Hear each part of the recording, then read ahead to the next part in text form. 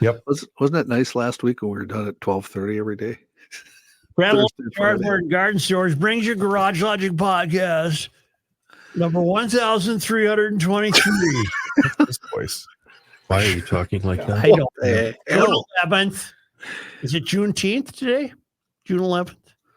11th, 2024. And that unheralded heat wave of 1956 continues. It was 96 degrees on this day in 1956. And back in 1903, they hit a low of 40 degrees on this day. The swimming season, of course, is well here. And I hope you've been taking care of your swimming area with Aquaside products made right there in White Bear Lake and pond control products to take care of the weeds and the algae and all the junk that the kids don't want when they're swimming. The products are easy to use. They work quickly, and they're registered with the EPA and DNR. So here's what you do. Get your phone, walk down there where the kids swim. Tell Aquaside what you're looking at, what you think it is. They'll help you understand your problem and get you the right products, and your place will look great all summer long. Call Aquaside at 1-800-328-9350 or go to aquaside.com. Hail the flashlight king. And now, from the mayor's office above the boathouse on the east shore of Spoon Lake, it's Garage Logic with Chris Reavers manning Technology Corner, Kenny Olson from the Krabby Coffee Shop, John Heidt in the newsroom, and of course, the Rookie. Here is your flashlight king, fireworks commissioner, and the keeper of common sense, your mayor, Joe Souchere. Yesterday, we touched on, but didn't fully expound on, Mary Moriarty's remarks where she was suggesting that moderate Democrats have done a lot of work to make people afraid of crime. And there's really no need to. Well, I have the whole story now, and I would like to read it and then link it to an email I got that's amazing. You ready? Yes. Mm-hmm. Go. This is from Alpha News. During a May 28 event, Hennepin County Attorney Mary Moriarty explained she believes there's an effort to cause the public to fear crime. Moderate Democrats have done a lot of work in making people afraid of downtown Minneapolis. She said there is a concerted effort to make people afraid of crime. Okay. The conversation took place between Moriarty and Dr. T. Annan C. Wilson, a Mitchell Hamline School of Law professor. The discussion centered around being good trouble and activism. White supremacy is ingrained everywhere, Moriarty said. White supremacy is what we all live in. It's the water. It's what we swim in here. With me so far? Yep. Wilson agreed and took it a step further, explaining his belief that white supremacy is embedded in all public policy, including the Constitution. We have to think about the Constitution as the living will of the white supremacist, slave-owning, genocidal, xenophobic, sexist, homophobic, cis heterosexist, capitalistic, classics maniacs. Right? Wilson said. He's a law professor at a school you should maybe get your kid out of. Moriarty, a white lesbian woman, was elected to Hennepin County in 2022. Her campaign included progressive approaches to criminal justice, such as restorative justice programs and alternatives to incarceration. She claims crime is down. She also discussed her advice for current law students, which was to ask more questions. You talk about the rule of law. It's like, what is that? I mean, I kind of wonder when anybody talks about the rule of law now. Was it Roe versus Wade rule of law? I mean, what happened to that? Moriarty said. Yes, you can, Moriarty replied when asked if the public can expect her to seek re-election. She explained that her office has been involved in a lot of good work, including expungement clinics and reevaluating sentences of individuals who are incarcerated. There are so many people we haven't charged or aiding, and there's so many people we haven't charged on aiding and abetting, Moriarty said when discussing how proud she is of the work she's doing. The office used to charge people who were there, meaning at a crime scene, I would imagine, with aiding and abetting. We don't do that anymore. I'm almost done. Why? And then I have really deep thoughts. Okay. She also pushed back on the notion that she harbors an anti-police bias. I have nothing against law enforcement. I want everybody to be held accountable. But by her thinking, you wouldn't need law enforcement.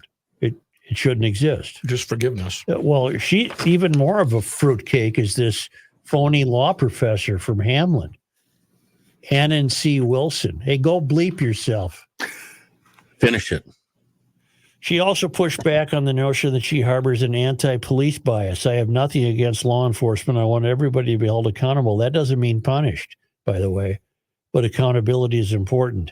Sometimes that's restorative practices. Most of the time, it should be restorative practices. However, police demonstrate fragility to any kind of feedback or criticism, Moriarty claimed. Days after the interview, Moriarty's office dropped charges against Londegren for a fatal use of force incident last year, citing her office's inability to prove beyond a reasonable doubt that a crime occurred. I can't offer you any greater evidence of the mystery than this woman's remarks. I would even, I guess she could take this as a compliment. I think she's way out ahead of the curve. I think she's way out ahead of your average Mysterian. She's saying things that the average Mysterian hasn't even thought of yet. She's coming right out and admitting in concert with this law professor that the Constitution is the living will of nothing but white supremacists. She's admitting that this is a genocidal, xenophobic, sexist, homophobic country. It was founded improperly. Now the law professor is saying that, but she's going right along with it, and she is way ahead of your average run-of-the-mill Mysterian that runs around with a checkered tablecloth on their head and pretend they're protesting Israel. She's way out. She's years ahead of the game here. So this is the direction we're heading. Yeah, she's years ahead of the game. She sees a society in which the likes of her would refashion it to reflect the idea that we've successfully gotten rid of this flawed Constitution. She sees a society in which she envisions a society in which we've gotten rid of the idea of crime. I'm not being facetious. Wow. That's messed. That is terrifying. Well, hey, prove me wrong. What is she saying that I'm engaged in hyperbole about? Well, you're not. That's the fear. If we're the first domino to fall, being Hennepin County. I mean, she apparently was asked something about what her advice would be to current law students, and she replies with a somewhat disdainful, almost cynical view of the rule of law. You talk about the rule of law. What is that? I mean, anybody talk about the rule of law? It wasn't Roe versus Wade, the rule of law. She's here to sabotage the rule of law. We all know she used to be a defense lawyer, right? Mm-hmm.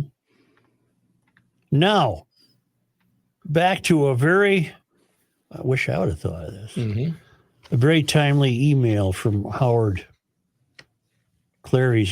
He took my advice.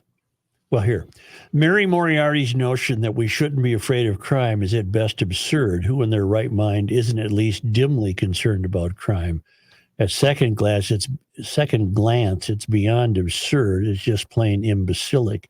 What is horrifying, however, is in what the notion is rooted: Marxism and communism. And it quite clearly is.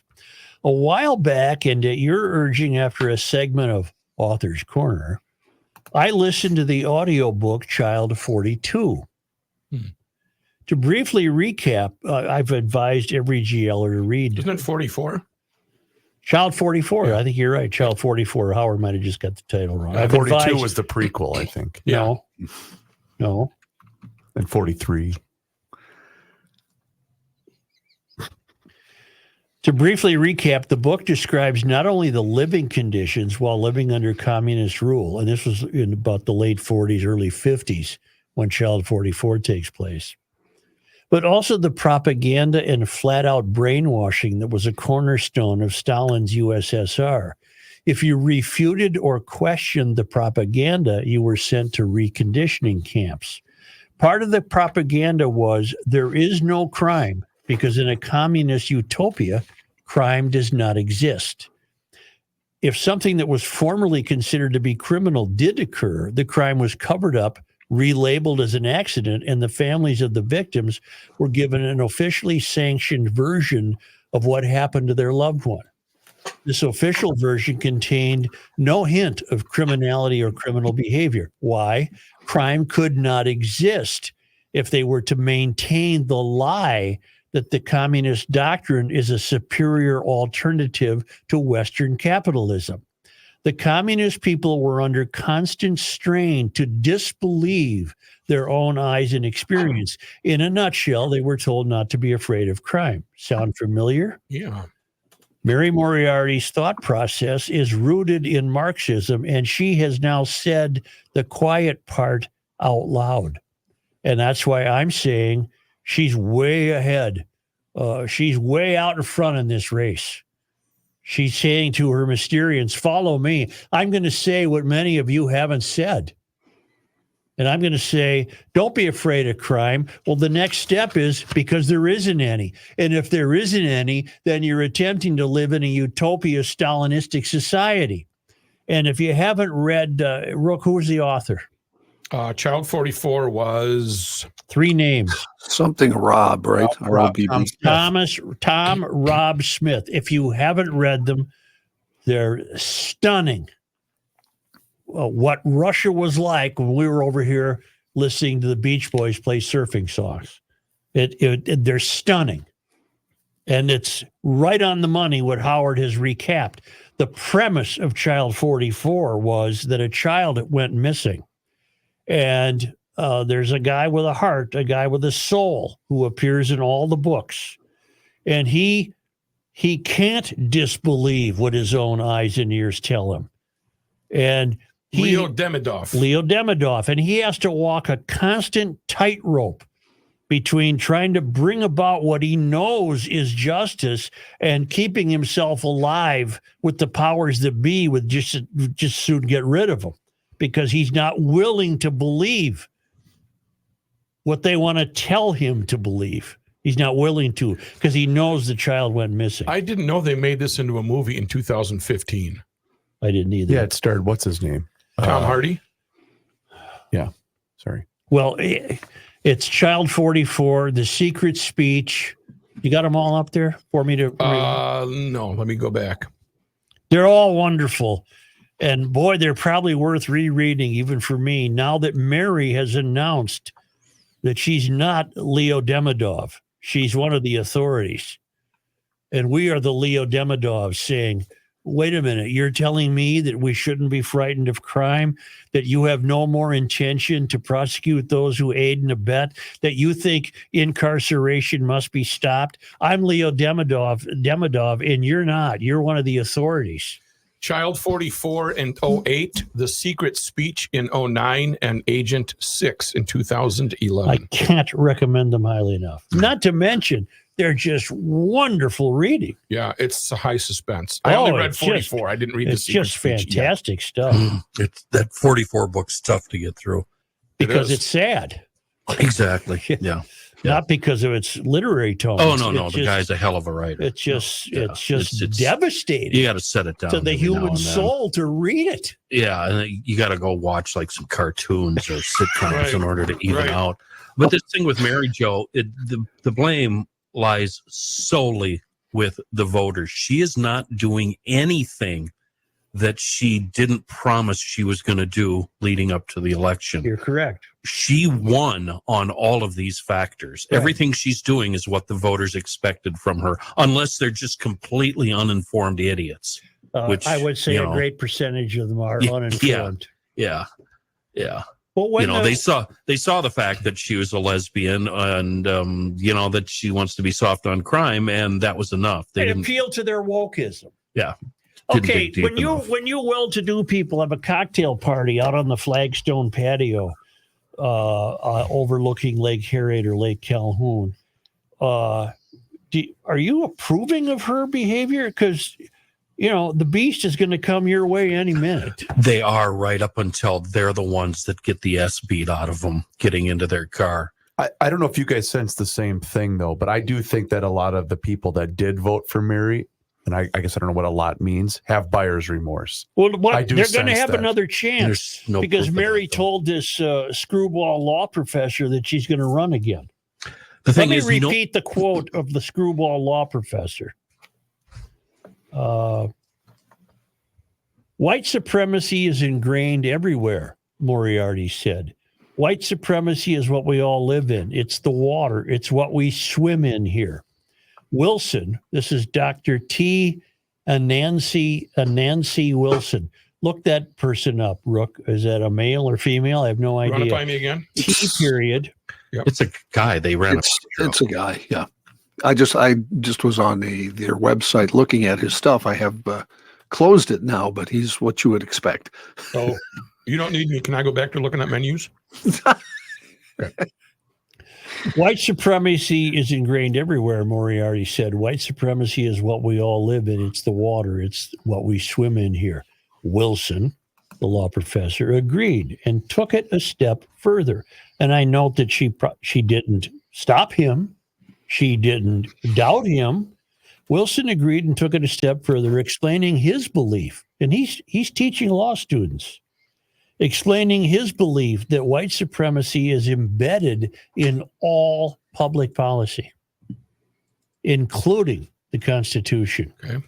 We have to think about the Constitution as the living will of the white supremacist, slave-owning, genocidal, xenophobic, sexist, homophobic, cis-heterosexist, capitalistic, classics maniacs. Right? Wilson said. No, Wilson, I don't say right. I say you're a complete cliche. And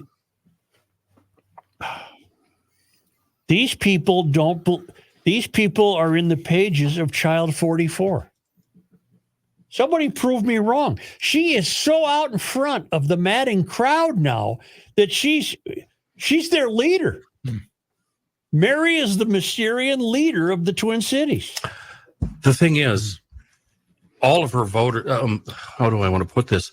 Her voters aren't going to know about this episode because the only place it's been published is Alpha News. I look everywhere. It's not in your paper. It's not in the Star Tribune. It's nowhere. Alpha News is the only one that has it. And since Alpha News is the only one that has it, when her voters do find out that it's in Alpha News, what do they say? That's just right-wing bias. Yeah. Right. And it's not in the Minneapolis paper because it doesn't fit the template, which is very dangerous that such a template exists. Because 5 will get you 10. There are quite a few employees of the Star Tribune who are afraid of crime, but they're going along with the template. And this woman is not in their sights. This woman is not in their sights to bring back to earth. Now, they don't see that as their role. I didn't open it up again today when you were reading it, but I read it a couple of times yesterday. Doesn't she single out middle of the road Democrats in the opening remarks? Yeah, the lead of the story is. So that's the only way this story is going to get any legs if Democrats themselves out her. Her lead is moderate Democrats have done a lot of work in making people afraid. Yeah. So that's the only way this story is going to get any legs, and the only way that she's going to not win an election if these modern Democrats that she's criticizing. Moderate. Did I say modern? Yeah. Well, same thing. Same difference. If they stand up and say, wait a minute. Well, now that begs another great question. Are there enough so-called moderate Democrats to have a voice? To me, it seems like the legislature is overrun on the Democratic side by Mysterian Democrats. Okay, now here's where we could talk about both sides without even mentioning which side we're talking about. Isn't this happening right now in both parties? Yes. Middle of the road Republicans are going along with Trump. Middle of the road Democrats are going along with the socialism. Yes. It's just the way it's happening. Well, when we come back, And wait a second, I'm sorry, Joe. And then everybody in the middle of the road, the people that actually used to get things done, the moderates on both sides, we actually used to be able to run this town, state, country. We're not doing anything. Nothing's getting done, and we're getting criticized. And legislatively, those people in both parties are getting pushed away by their respective parties. Yeah. So my question is valid. Are there enough moderate Democrats to Who knows? Who knows? act? Are there enough moderate Republicans? I mean, Who knows? Wouldn't We've a got to moderate- stand up and start barking. Wouldn't a moderate Democrat have seen the light on the Nicole Mitchell situation and said, we can't continue to portray ourselves as This hypocritically? is only going to screw us over if we follow this. They did after they got her vote.